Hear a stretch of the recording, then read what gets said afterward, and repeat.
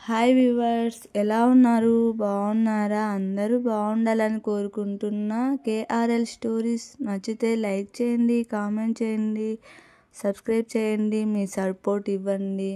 ఎందుకు తొందరగా పెళ్లి చేసుకుంది? చదువుకుంటాను, పోలీస్ అవుతాను అని చెప్పింది కదా. ఇలా చాలా ప్రశ్నలు అడగాలని ఉంది. నన్ను చూసి నవ్వింది. అదే నవ్వు నీ కూతురా అని అడిగాను. అవును అని తల ఊపింది. పెళ్ళెప్పుడు అయ్యింది అని అడిగాను. 2 years అయ్యిందని చెప్పింది. పాప పేరేమిటి అని అడిగాను. వసుధార అని చెప్పింది.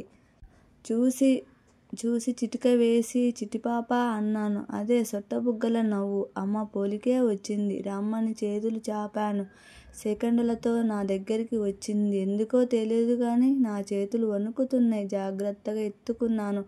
ఆ పాప నన్ను కన్నెరెప్ప కొట్టకుండా పెద్ద కళ్ళతో నన్నే చూస్తుంది. తన చిట్టి చేతిని పట్టుకొని నా పేరు తెలుసా జింటూ అని కనుబొమ్మలు ఎగిరేశాను. మహాలక్ష్మి బాగా నవ్వింది. తనతో పాటు తన 5 నెలల కూతురు కూడా నవ్వింది.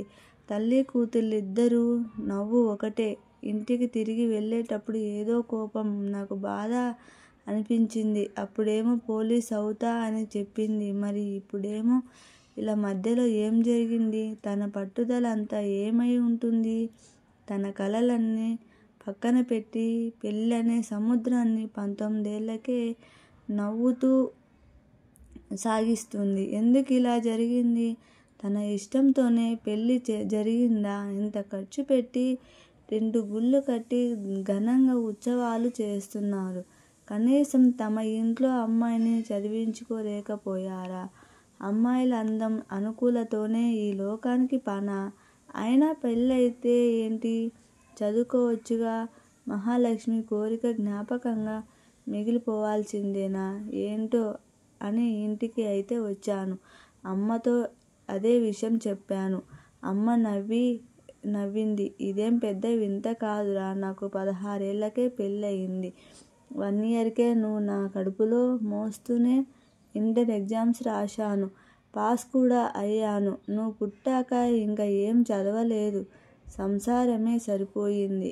ఇంకా నా చదువులు కోరికలు పట్టించుకునే అవసరం ఎవరికీ లేదు.